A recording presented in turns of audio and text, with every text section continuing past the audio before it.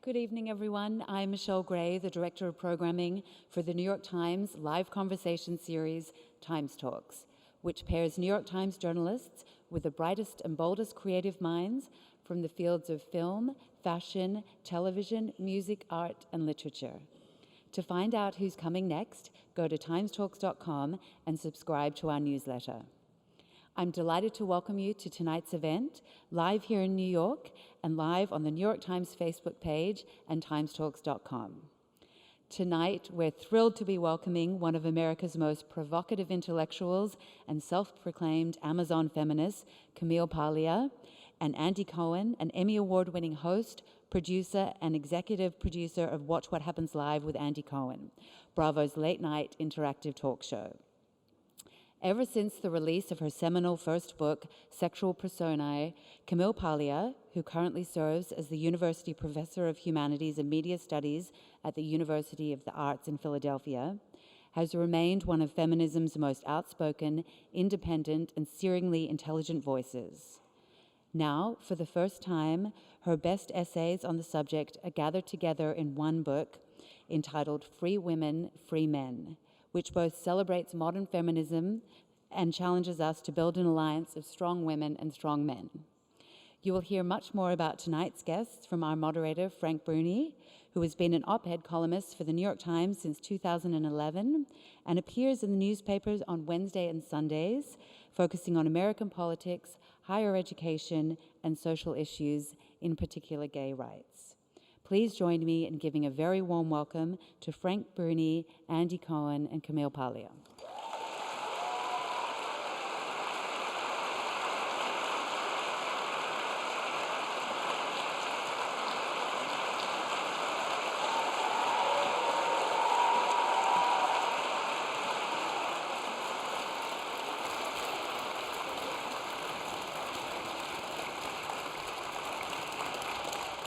Hello.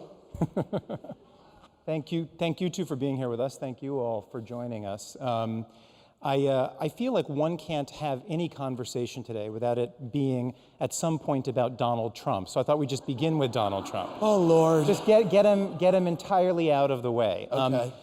In my world of friends and acquaintances, it seems like everybody is either in near hysteria and feels we're in the end of days, or they look at those people and see a bunch of drama queens. I want to know where you two stand on this. What's your state of mind and state of feeling about the Donald Trump era? Yeah, we'll start with you, Camille, because I know you're so shy with your opinions. Well, you know, I'm a Bernie Sanders supporter. I voted for Jill Stein, so I want to make that clear. My feeling is that an election occurred, okay, and it's incumbent on the defeated party to pull itself together, or else we're going to get a re-election of the present administration. That's what I feel right now. You feel like he's going to get reelected? Yes, Yeah. I think that the Democrats have overplayed their hand, I just can't imagine more. Well, you're already betting on his re-election less than 100 days in.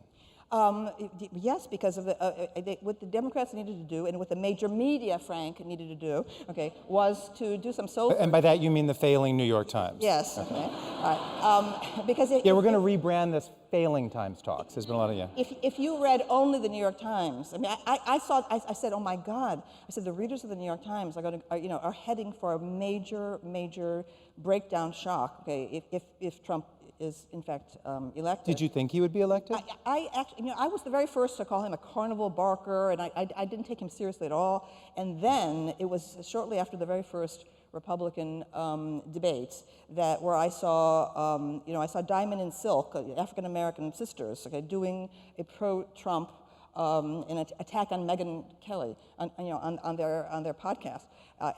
Oh my God, I suddenly saw the populism, right? And from that moment forward, I could feel the momentum of it. And the New York media, was in an absolute bubble about this. Okay, of course, let's not get started on the strategic errors of the Hillary campaign. Well, we're gonna get to that, but let me ask Andy, when he came down that escalator, however, what was that, 2 years ago now, almost 2 years ago, did you think it was possible we'd be sitting here tonight talking about him in the White House? No, there was I kept thinking in the back of my head, he could win. He could You win. did? I thought it was possible.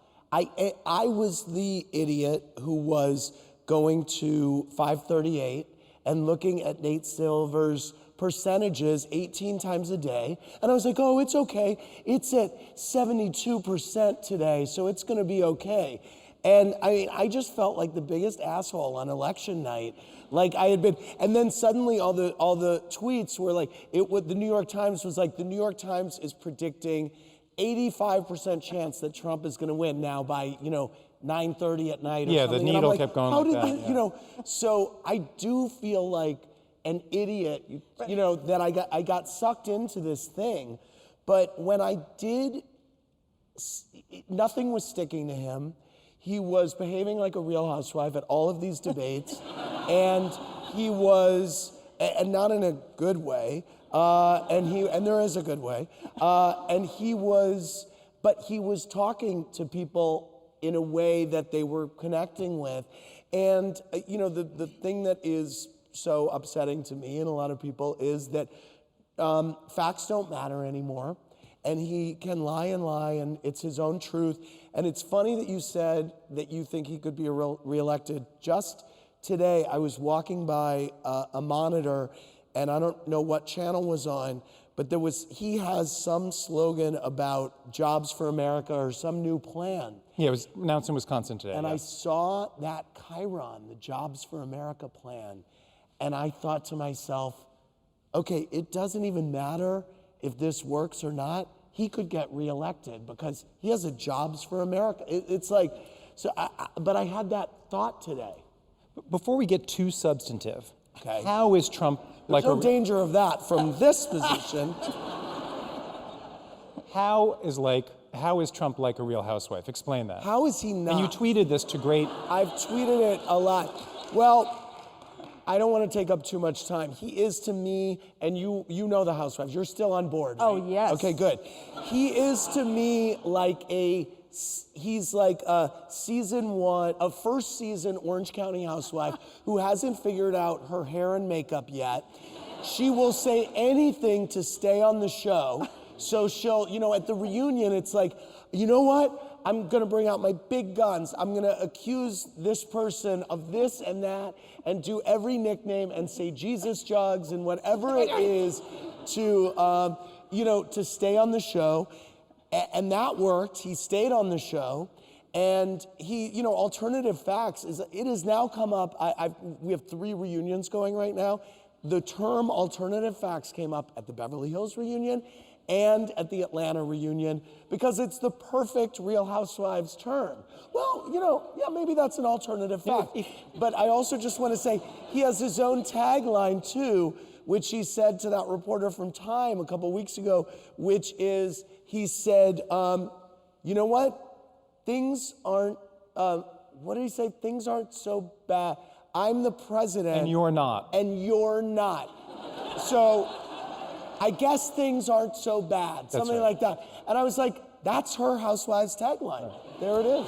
Now, if he wants this second term that somehow you two are already talking about, is he better off continuing to be a Real Housewife or departing from that and becoming a surreal housewife? Look, I'm of the camp that I want him to get off Twitter so that we can, I want him to get off Twitter so that he for all the reasons. Right, most presently, I'm scared of a nuclear war with North Korea. So I think it would be great if he started acting like a president, but maybe the people who like him don't want him to. What bothers you most about him? About him? Yeah. The short version. We could be here days, No, I think we should take a step back here. The point is, that nomination, GOP nomination, was Marco Rubio's, to lose. Even the Hillary campaign felt that he would be the nominee. If Marco Rubio is one of the most disastrous debuts of a political figure ever. The entire country was waiting for a Latino candidate from the GOP. And he had nothing. There was nothing there. Okay, it was like it's really a tragedy. Okay, how completely untalented and mediocre that guy was. Right. So I mean, so the fact that Trump won the nomination, it has to be. You look at the field, and just be glad. Okay, look at the other candidates. That the GOP had. It would be better with any of them. At least Trump is a man of business, of the world. Of business. Well, the point is he's coming from the world of business rather than from the world of politics and show and He's and coming words. from the world of reality television, Well, which is a world I'm in, which is fine. listen, I had a grudge against him. I had a grudge against him from decades ago when he jackhammered the Art Deco facade of Bonwit Teller. Okay, so my grudge goes way back. Okay? I regard him as an art vandal. An art vandal. Another figure from the election started to come up in these comments, so let's play a short clip which will tee up a discussion about her. It's you, Camille, giving your unvarnished opinion, shockingly, on a figure. Can we get the first clip, please? You said Barack Obama is going to be the most bitter ex-president we've ever had. Yeah, why? Because can you imagine being hope and change and ushering in what is supposed to be this sort of post-racial next step president, and then you usher in Donald Trump, who is single-handedly undoing all of his cornerstone policies as we speak. Right. And he's also been extremely vocal, where President George W. Bush beforehand Every other hasn't president. went to Texas. No other president has said a word. Didn't say anything. He's already being vocal. So yes, I do think he's going to. What is the line though when you have the president tweeting out saying, look, Obama wiretapped me. Mm-hmm. How does he stay silent? Okay, I want you to answer that question, how does he stay silent or should he? But for starters, one of the things going on there between you and Megyn was the question of, did Barack Obama bear some responsibility for the election of Donald Trump? Did he? Yes, yes, certainly. How? Absolutely. Well, a number of things. And number one, his discouragement of Biden entering. Okay, I believe Biden would have won that election. But it's pretty clear there was that moment that Biden was about to announce, and something went on. We don't know what. All of a sudden, mysteriously, the figure of Obama appeared, and Biden was neutralized. So yes, Obama bears a great weight. For that reason only, or for other ones too? Well, I think that I voted for Obama the first time. I was bitterly disappointed, okay, in his performance. Who'd you vote for the second time? Jill Stein was who I voted for. But his use of drones, I feel his general lackadaisical style of governance, his Ivy League elitism. When pushing the transgender bathrooms was at a certain, when the Obama administration did that, I like many others said, there's the election, right there. That was just the worst time moment, okay, to approach a radical new idea. So you ascribe to the thinking that identity politics was a big problem for the Democratic Party. Tremendously. Okay, this twisting of Title IX, the forcing of, worsening the sexual harassment hysteria on campus. The Obama administration, to me, okay, with a bunch of snobbish, top-down types. Okay, so Trump's populism, and that even his speaking style, okay, his Queen's speaking style, resonated with the people much more than. And what did Obama do for the inner city? Exactly what? Nothing. The inner cities remained exactly the same. Okay, after 8 years. It's funny also that you can call Trump. It's interesting that Trump is a populist, given that he lives quite literally in a gold tower. But he effectively became a populist, and that does say something about what you have to realize his style is actually the style of the workmen in the construction pits. Right. And the way he talks is actually genuinely non-elitist, even though he has all the money and the power and the glory and so on. He's never really lost that, and that it grates his style. His style of male populist voice grates on the upper middle class caste of journalists, and they never understood it. I think also people from New York have a baggage with Donald Trump that the rest of the country doesn't connect with, that goes on for so many years just because he was this guy who was just around for so long. And that's something that I don't think other people understand. Right. You know? But do you think Obama bears any blame? Well, I think that he played into, I think that there was a narrative created around him by the right and by cable news that Trump very effectively continued. And so, sure, I mean, it's a repudiation of everything that came before him. What do you both think of the family Trump? Are there people in the family Trump who intrigue you particularly, who offend you particularly? Oh, God. Who are more or less Did you see like a Tiffany real... Trump's Facebook page today? I don't have my phone. It was sent to me. She posted a photo of of Donald Trump in the Oval Office, like a cartoon, hugging Jesus, and it was a prayer for Jesus to give him the strength, but also the knowledge to kind of keep us safe and protect. It was... So first you walk on water, then you fill Donald Trump's brain. These are the miracles, or... Tiffany Trump. I think that the press is over-concerned with the family. I think that's barking up the wrong tree, because I don't think anyone really cares. Well, about the but hold family. on. But if Ivanka and young Jared, if Jared is in Iraq and he is our great statesman, then we should be concerned about the family. Well, listen, I lived through Bobby Kennedy being appointed. I adored JFK and campaigned for him as an adolescent. But his appointment of his brother to the Attorney General is far more. Bobby Kennedy was a lawyer. That's nepotism of Okay, far worse. Jared was, I don't know. Yeah. I mean, at least he's in the wheelhouse, is all I'm saying. I mean, like, this kid is in Iraq. I don't know what he's doing.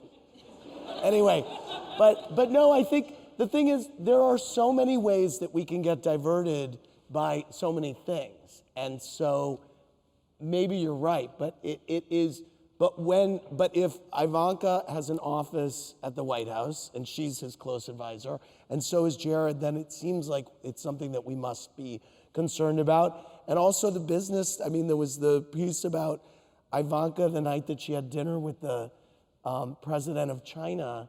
It was just announced that they're doing some business with, I don't know. Would you think the American people care sufficiently about No. those sorts of conflicts of interest, or they just go over their head? I don't. No, I think people are waiting to see whether this administration can govern and whether it can produce results. Right. And so the next election will depend on what happens. So I think all these things, to me, are still extraneous.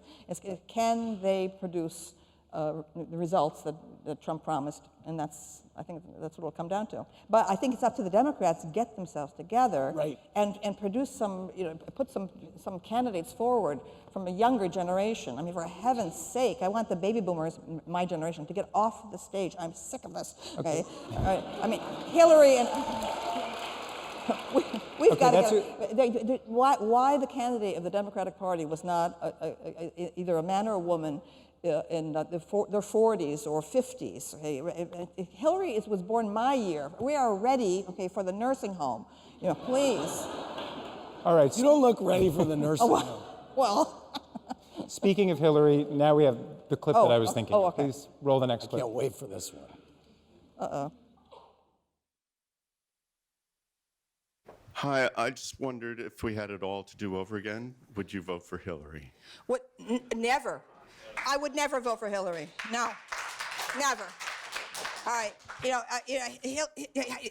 There's a piece in the book that I wrote, and one of those op-eds I wrote for Time, where I talk about what would make a good woman president, and I discuss, the qualities, and I say that we had two very strong candidates, okay, who never ran, okay. And I've said for years, I've said for 20 years, Senator Dianne Feinstein of California, no matter what you think of her policies, should have been the first woman president. She has true gravitas. She had experience as a mayor. lawyer. She's very familiar with military matters. She had the whole package, but she didn't run. Okay, Nancy Pelosi is another one. Nancy Pelosi came from a political family in Baltimore, in Maryland, and so on. She has risen to has had the highest position any woman has ever come to in terms of the history of the United States government as Speaker of the House. All right, but again, she didn't run. All right, so the point is, why? Okay, now I have a theory about why they. What is your theory? Your theory about why those women yes. didn't run and why? My theory is that they saw what happened to the great Geraldine Ferraro when her husband's finances were suddenly the subject of a media hunt. Okay, and I think that's my theory, is that Feinstein and Pelosi, both of them very wealthy women, did not want any kind of a troubling of their own husband's private matters. But why would that inhibit a woman when there are plenty of wealthy men who run and go through that sort of financial investigation? Why would that be particularly discouraging to a woman? I don't think there are too many cases, okay, where a male politician, would get into trouble because of financial dealings of his wife. It just hasn't happened yet. It may. I mean, if Sheryl Sandberg, that level of, you have a woman like that married to a male politician, then you could probably get some ambiguities of that. You feel we are in better shape right now? We're safer right now with Donald Trump in the White House than if Hillary had won the election? Don't get me started on Hillary. We would go on for hours. I've been writing about Hillary for my entire career, for heaven's sakes. My highlight was Ice Queen, Drag Queen. Okay, my article back in 1996 for the New Republic. All right, where I diagnosed that woman's strange character better than anyone else has. Okay, and she is. Why is it only a fanatic? Okay, only a monomaniac. Okay, so hungry for power will run for president. What we have to do is straighten out, our presidential campaigns in this country. It goes on for far too long. There's far too much money involved. The money, right? We need to shorten the period, and this will make it more likely that we'll get women candidates, okay, who are not going to have to go around the country and giving up 2 years of their lives, okay, and it's brutal, okay. But you think women are less willing to do that than, because you're describing Yes. a process that, okay. Yes, I honestly believe it's not any kind of misogyny, it's not any kind of anti-woman thing that's kept women out. It's the sheer brutal experience of being in the public eye. Okay, the moment you step into the arena, man or woman, you will be cut down. Okay, you have to be willing. You have to be a fighter. Okay, or have a very thick skin. Okay, most women seem to personalize the barrage of negativity, hostility, insults. Okay, So they have thinner skin? Yeah, I do. You know, hormonally, it's true. Okay, actually. I know hormones. I've been out at the New York Times, okay, for many a decade. I don't believe we're an anti-hormone newspaper. I'm not aware of that. Science writers the women science writers at the New York Times are some of my bitterest opponents over the years. Yes, science writing became yes, Andy. Science writing became politicized at the New York Times. You're saying, hold on, can I just follow up? So you're saying, A, that you feel safer with Trump in control of the nuclear stuff than Why am I her? the center of what does anyone care? Well, no, I'm just following up. You feel safer with him in control of the nukes than Hillary? Yes. Hillary, look at today's review, okay, in the New York Times, okay? They show they love the incredible incompetence and chaos Of the campaign. Hillary, the way you run a campaign is the way you would run a country. And you are saying that women are thinner skinned than men? Yes, I think that's one reason why women haven't entered the presidential sweepstakes. But don't you country. think that Trump is the thinnest skinned person? Yeah, well, that's ever? true. I mean, I would argue, by the way, that Hillary Clinton is one of the toughest. Look at the shit that has come up on her, and she has that. Why would you even want to run for president after all of the mishigas that you've been through and the names that this man is calling you? I mean, Andy, do you think that a woman running faces more withering criticism than a man? probably. Yeah, Did for she? sure. Did she? Because you have said you think the press gave her a pass and was in the tank for her. Other people believe the attention to all the emails that went on and on was quite the opposite of being in the tank. Where do you come down on that?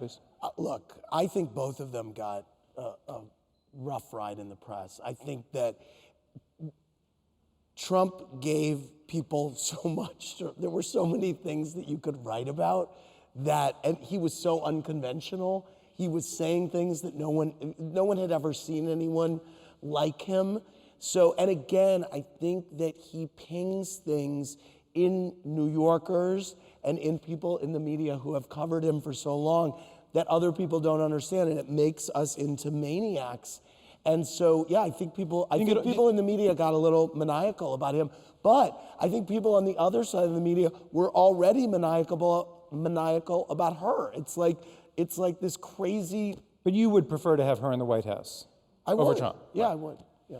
There's somebody else you two disagree strongly about that I want to move to get us away from politics. I mean, not just one other person, but we'll just move to this person. Okay. Camille, you have recently written less than lovingly about the way Madonna is aging. Oh, you turned on Madonna completely. And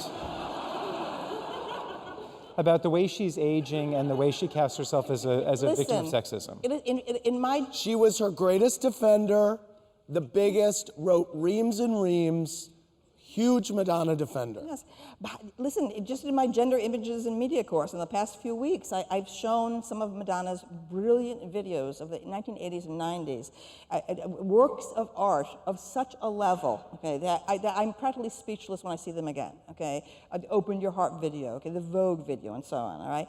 I can criticize the present Madonna for the way she has betrayed the genius Madonna, okay, of the 80s and 90s, right? Madonna should have continued making those videos, okay, working in collaboration with European directors and European cinematographers and so on, okay? I think it is a travesty. The present Madonna is a travesty, okay? She has undone the dignity that she attained, okay, as a major artist of the late 20th century. There's no excuse for this. I'm getting so sick and tired of people who are young people who have no idea of the brilliant Madonna of the past. They only see the stupid Madonna now, okay? All right? So I will continue to flail the present Madonna, hoping to somehow spark her creative juices again. And you disagree with that? Well, I don't fully disagree with everything you're saying, actually. And I reread your piece on her this morning, and it especially bothers me that people of a younger generation don't understand what her role has been in pop culture in the world and in the way that people view women and sexuality and gender and homosexuality and art. But I do think that some of what you said I thought was really great about, if you go to the Met Ball and your ass is hanging out and people say a 58-year-old shouldn't, well, what was your impression of her wearing, her ass hanging out at the Met Ball? I thought it was terrible. I just thought she looked bad because Marlene Dietrich was her great model, and Dietrich knew how to conserve her glamour right to the end. Okay, so my argument on that is, and I agree. And listen, there's a school of thought that thinks that she should park herself in Vegas and put a black dress on and do the hits, and that's aging gracefully. On the flip side, what I like about current Madonna and what I respect is that she has a song called Unapologetic Bitch, and she also has a song called Bitch I'm Madonna. And I look at her with her ass hanging out, and I think, okay, this is a woman who's been Madonna all her life. This is what she does. She has her ass hanging out. And I think that there's something really ballsy about her showing up at the Met Ball with her ass hanging out, whether she's 58 or 28 or 68. It's like, bitch, she's Madonna. So, all right, let her do it. And who is anyone to say, now that you're 58, you can't do that? Does she look a little ridiculous? In the eye of the beholder. But I kind of love her. I love her for saying, bitch, I'm Madonna. I'm still Madonna. This is what I do, and I'm going to keep doing it. So. There's an irresistible segue here to younger women whose asses are hanging out often. Can we have the third clip, please? Kardashians? Well, Lena Dunham to me is just absolutely the symbol of a certain kind of neuroticism which masquerades as feminism. I mean, Lena Dunham has a lot of problems that have to do with body image. I call her the Indra Dworkin of today. This exposure of the body as something ugly. Now, Okay, now you went on to call her, I think, like a fat pile. No, I said she was a pile of pudding. She's like a pile of pudding. Okay. so I'm taking it you did not watch the girls' finale. No, but I read about it. She was very naked in it yet again. Oh, God. Well, every episode, I mean, Now, she would probably say to you, I'm not inflicting ugliness, I'm saying I don't find this ugly. Why is it okay to call another woman ugly? You. Because I can call a woman beautiful, I can call a woman ugly. I have no problem. I'm Italian. I have absolutely no problem with that. Brutta, che brutta. But if she, owns it. but if she had a better, but if she, bruttissima. but if she had a better body, you would not be offended. No, it's not it. That's not it. It's sort of like Partly she's it. so self. Partly it, yeah. Partly. No. She's self-consciously political about her body. Okay, like that. Okay. Oh, okay. This is not. It's not for me to say. Okay, I'm a baby boomer. Okay, my period was the great period of Julie Christie, Jean Moreau, Catherine Deneuve. Okay, so I'm sorry. I'm in the age of the potatoes. Okay, all right. Lena Dunham. But when you tick off those actresses, why aren't you being the worst looksis in the world? I am. I totally believe in lookism. You don't. Okay. No. I'm totally on the side of gay men. Okay, of all for the last 2,000 years. The cult of beauty, okay, has influenced me profoundly, okay. Oscar Wilde was my very first intellectual interest. And yes, we make value judgments about the beautiful. Yes, it goes all the way back to Plato. It goes all the way back to Alcibiades, okay. Do you get as exercised about Lena Dunham as Camille does? Well, I have in my life gotten whipped up about Lena Dunham, so I don't want to. No, I have. I think it's her right to be naked as much as she wants to be, and and I don't know necessarily. Your impression is that by her being naked, she's saying, "I'm beautiful." Maybe she's saying, "I'm playing someone who always is naked," and there are maybe she's saying, "I don't give a shit." Well, she's definitely saying that, but maybe she's also saying, "I'm trying to turn people's impression of what is beautiful or what it means to be a woman on its side." I mean, couldn't that be it? No. No. Why could that not be it? It's a good argument. Because she's an elitist masquerading as a populist. Okay, there's so many levels of hypocrisy in that woman. There is, and this came up when we were in the green room before we came out, there is something on the air right now that I quite love, you quite hate, that's all about women and beauty and aging, and it's the series Feud, Betty and Joan. Why do you hate it? That was my question. Why? I suffered through episode 1, and then I said I would never look at it again. What is the issue with Feud? Well, you have to realize how deeply immersed I am in Joan Crawford and Betty Davis studies. Okay. All right, first Good. of all. Well, Okay. we're My gay men, so we are Yes, too. this is true. Okay. Okay. I felt that it's just off. Okay, the portrayals are totally off. I love Jessica Lange, but I thought it was absolutely madly off. I think that the great female impersonators like Charles Pierce and so on got those characters way better than this. I was outraged by the treatment of the great director Robert Aldrich. I mean, I thought that the way he's treated. I mean, I thought everything about it just was the little characters, the Hedda Hopper and so on. Everything is off to me. Everything is wrong. I despise the photography. I despise the lighting. I despise the costumes. What can I say? Okay, So you loved it. Huh? You loved it. You loved it. You're binge watching. I tried. I had it on the number one. I just suffered through episode 1, and with it on, and I have to tell you that I think you should watch just last week's episode, because first of all, I think Jessica Lange is giving up the performance. I think it's crazy what she's doing. It's incredible, I think. And I like the fact that she's playing it totally. I'm a student of Joan Crawford as well. And I like it that she's playing it completely in a different way than we've seen her. But I think that what she's bringing out is this humanity in Joan Crawford that I haven't seen. And I feel for her. But I think that it is so much about misogyny and aging and being a woman in that time of an age. Oh, and these issues. I'm talking about, you know, these major figures of the 20th century. And Right. like in my class, I show the very earliest films that we have of Joan Crawford from the 1920s, where Right. you can see her personality, you know, even in where she's doing these silent film Charleston things and so on. We know this kind of armored, she was an Aries, okay, like me, right? She was an armored personality, okay, and I'm But you know, sorry, in her- whatever Jessica Lange is doing is interesting, but has nothing to do with Joan Crawford.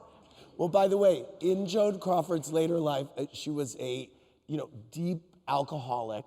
She was in some form of misery. She was largely alone. So, I mean, I agree. That is how she was in her early life, but this is about... No, but it's been reported just how when she had the the water cooler full of vodka Yeah. on the set Yeah.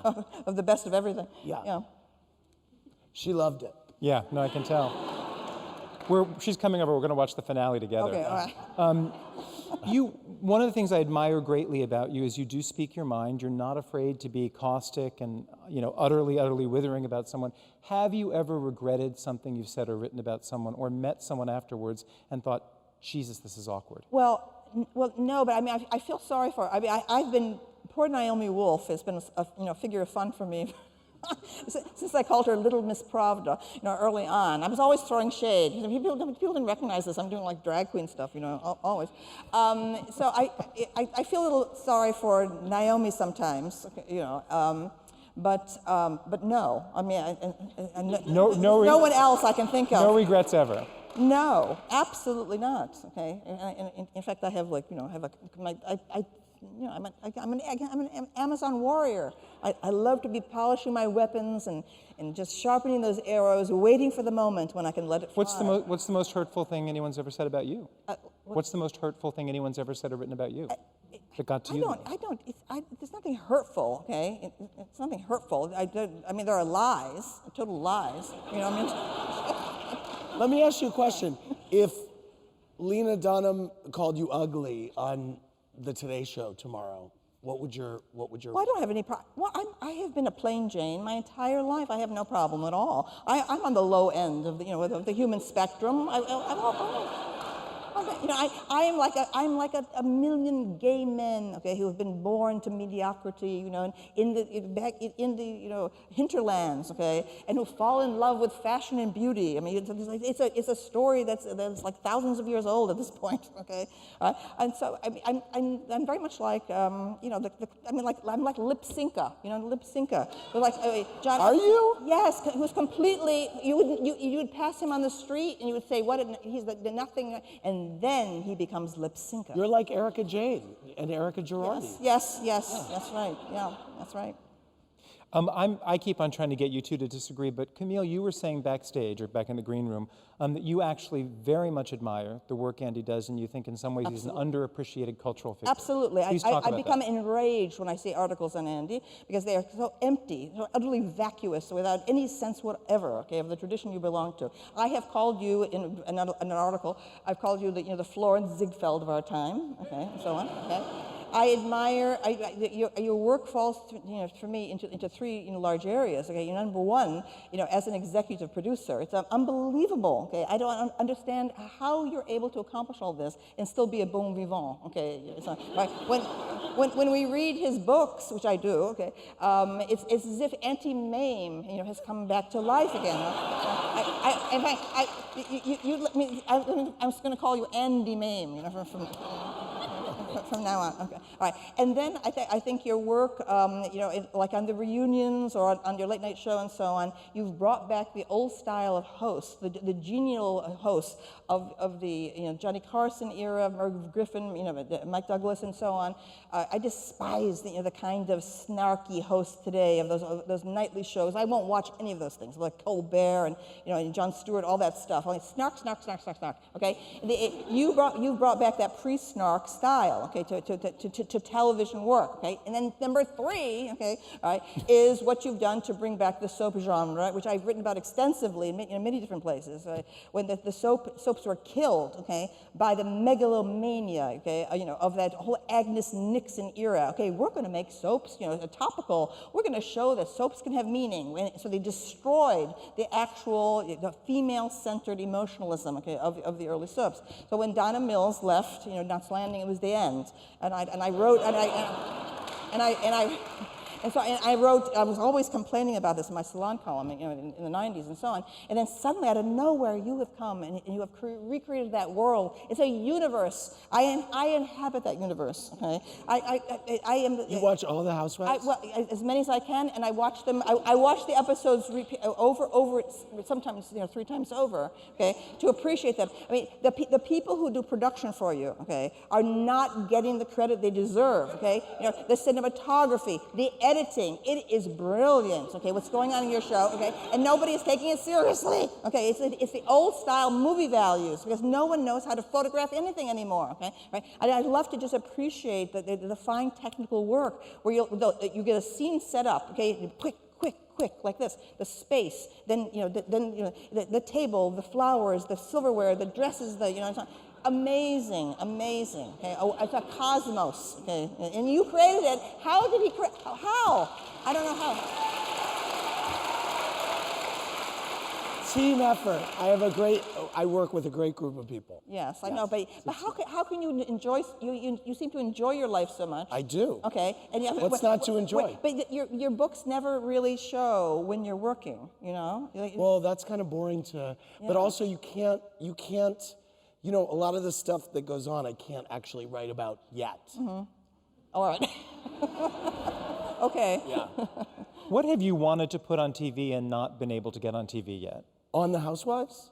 In general, any kind of programming. What have you always yearned to put on television? Well, there are people that I would love to get on those shows that either wouldn't do it or we've lost in the end. There are random people that I remember when we were putting the Real Housewives of DC, which wound up being torpedoed by the dreaded Salahis who crashed the White House. Yeah. There was a wonderful woman who was this kind of Nigerian princess that we were trying to get on the show, and I courted her, and she dropped out at the last minute. Why'd she drop out? Her husband. That happens commonly with housewives. It's kind of the #1 reason for housewife falling out from the show. The husband says, I'll divorce you if you do the show. Were you surprised as you went along by how many people were willing to do it? Not really. Yeah. People love to be on TV. They do. Yeah. There's one thing money can't buy: fame. We want to give you all a chance to ask some questions. There are 2 people who are going to walk around carrying microphones. If you raise your hand, they will come to you and allow you to ask a question. And we're also going to ask some questions from cue cards that are coming in through Facebook Live, I think. Are we on Facebook Live?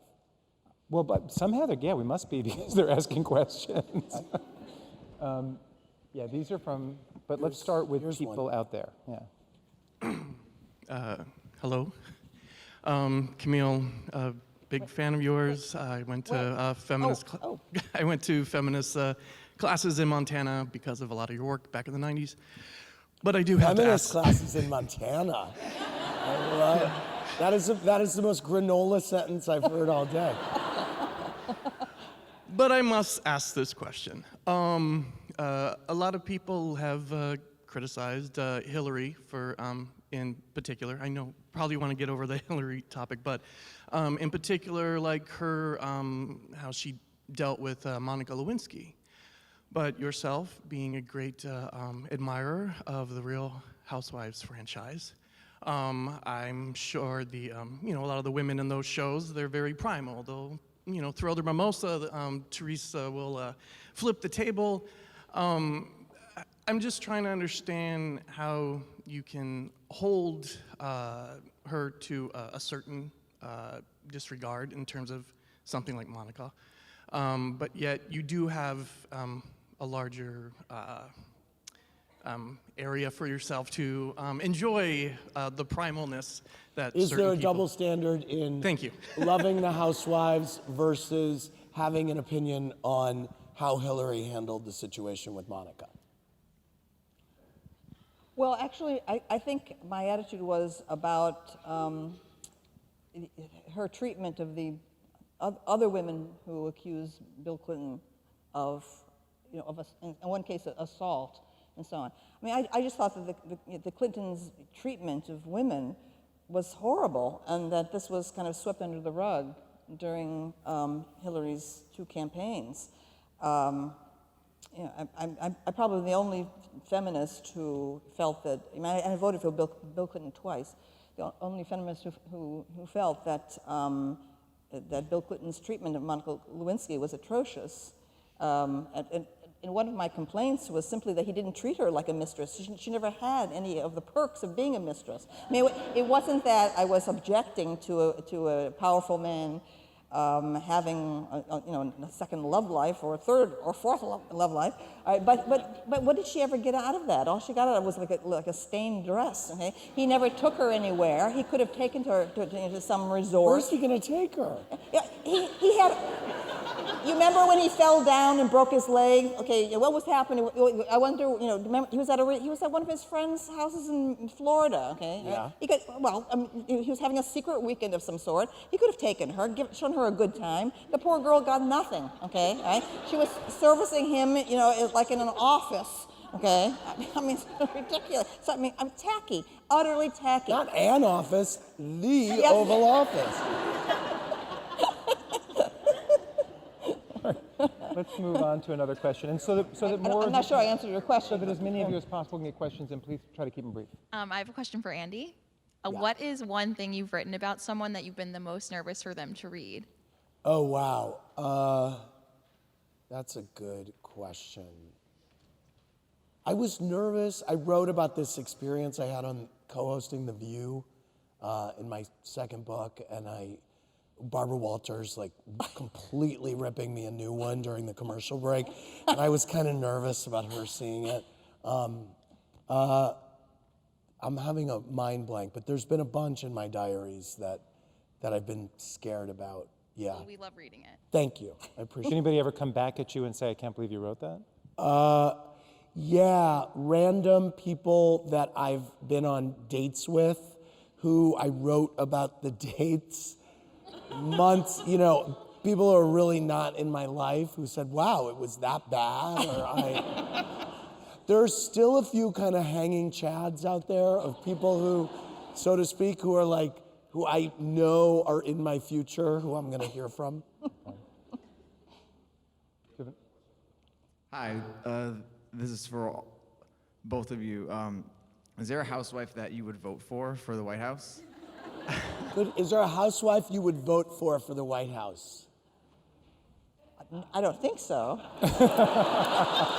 Well, I might, Bethany as mayor of New York. I don't know. Seems plausible in this era. Heather Thompson or Heather Dubrow? Yeah. Hi, and Do we have another one? Hi. hi, I'm over here. Hi. Hi, I'm so glad you guys are in the same place. It's like my personal Christmas right now.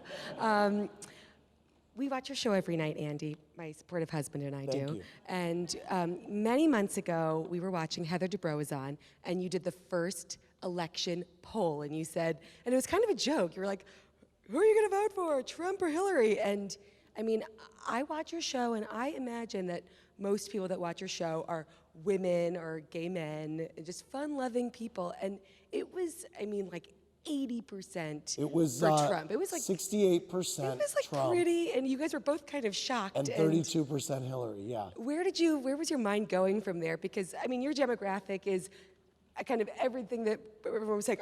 Gay men and women are not It's voting what for you Trump. think, it's what you think the demographic of the show is. And at first, we did the poll several times. We did it that night, and then we did it again a few weeks later. And I feel like our polling was better than Nate Silver's, unless we have more members of the Electoral College watch what happens live. But no, it was really fascinating, and it was really because it also taught me, hey, maybe shut your mouth a little bit about Donald Trump because you're pissing off a lot of your viewers, and but that was in June of last year, and it made me think that was another little notch where I thought, okay, and we were thinking, you know what, maybe it's just that people who are voting for Trump are more likely to vote in a poll on a TV show. I mean, all sorts of things went through my head. But, once again, watch what happens live audience. We're on the pulse. Hi, this is a question for both of you. I was wondering, for the Housewives, how do you hope that viewers are looking at the Housewives as a way? It could be a mix of both, either looking at these women and ripping them apart, or watching and thinking, oh, I can see myself in that instance. I think that the reason the show is as successful as it is, and not only as successful but stronger than it's ever been, is that people love to judge human behavior. And there's a lot of judging. There's a play along at home. It's sociology. I think people actually have a real connection and rooting interest in a lot of the people on the show. They love them. They love to hate them. And if it was not grounded in some reality and humanity, it would not still be going on. It would simply be a cartoon. What do you think? Well, I think it's anthropology myself. I mean, I think anyone who's studying gender, in any form, should be watching these shows because I think it really reveals the true power dynamics that go on among women. I think it's absolutely true. All kinds of kinship patterns and friendship patterns and sexual competition, styles of language. I mean, there are all kinds of things. Like Erica Jane is always complaining about the game of telephone that goes on. Okay, but this is something I had noticed in women and also in the early soaps. Okay, like there was a motif in the soaps. 1960s, 1970s, where a secret, okay, whatever it might be, would be conveyed, okay, from one woman to another in the fictional town that the soap was about, okay? And so, and the whole thing was about watching the reaction of the next woman who would get the news, okay? The reaction, the emotional interplay, all this layer upon layer upon layer of emotion in women, okay, that there hasn't been any room for in our culture, except in the great period of movies, okay, when you had the great divas who were the stars of the studios, who were created by the studios, and so on. And so I think there's a tremendous amount of emotional truth in these shows, even when it's clear that they've been, that you have two women meeting at a restaurant and they've been told, okay, talk about this, okay, all right, but whatever, it's still absolutely raw. I mean, there are things that are absolutely, truly raw. I mean, even things on the reunion shows, okay, when you get to the Countess, Luann is like still mad at Carol for stealing the chef, okay, who dated her, and you can really, there's something absolute. There's no place else in the culture, okay, where we're getting the kind of emotional authenticity that's on the Real Housewives franchise. It's a pretty ringing endorsement. I like her. Yeah. Let me throw in one of these quickly from the Facebook Live audience. This is from Jessica, I'm probably mispronouncing the last name, I apologize, Jessica Sein-Baird. She wants to know, and I'll be interested to hear your thoughts, Camille, because you're a fan of this woman, is Jill Stein as much to blame for Hillary Clinton's loss as Barack Obama? I mean, like I voted for Ralph Nader once too. Okay, and we were all blamed. Okay, for Gore losing. I don't accept this. I think the country would gain, okay, with more parties. We don't want a situation where there are 13 parties and and you get a kind of gridlock, okay, like in some countries in the world, or where there always has to be a coalition in order for anything to get done.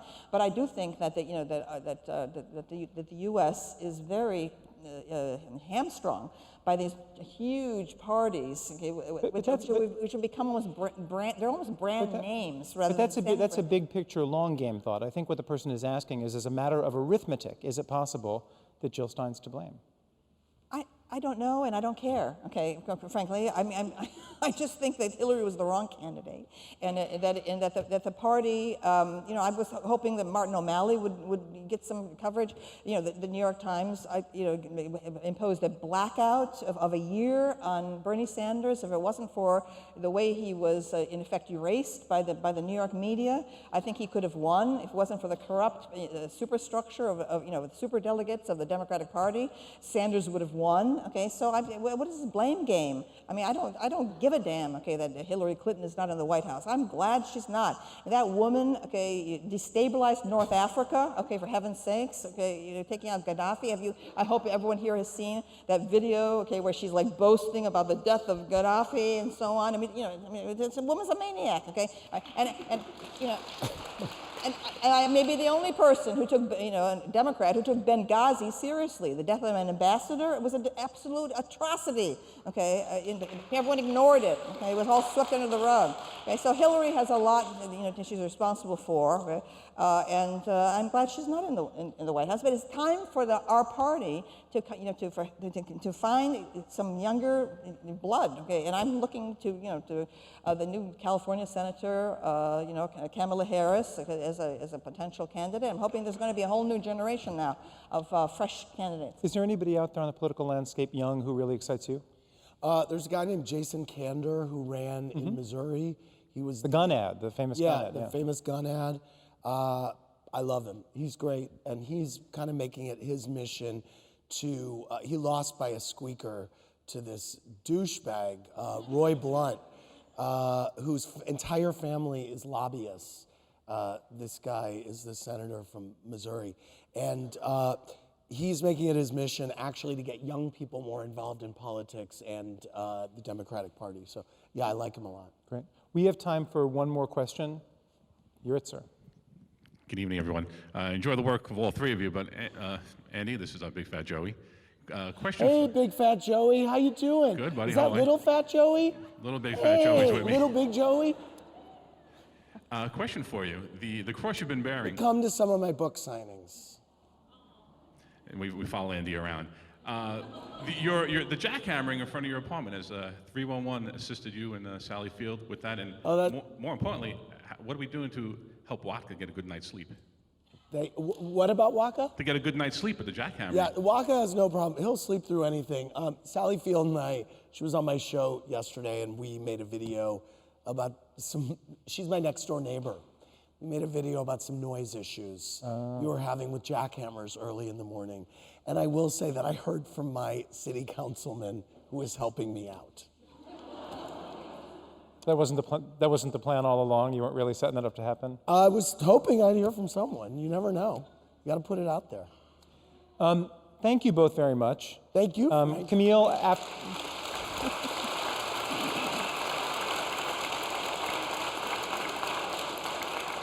I was just saying, if you'll linger afterwards, I want to hear what you really think about Hillary Clinton. Okay. I'm a little unclear. And I want to know what you think of Feud. Oh, okay. But no, seriously, you two both have enormous fans out here. Thank you for sharing your time with me, with them, and thank you all for coming tonight. Thank you. Thanks, everybody. That's great.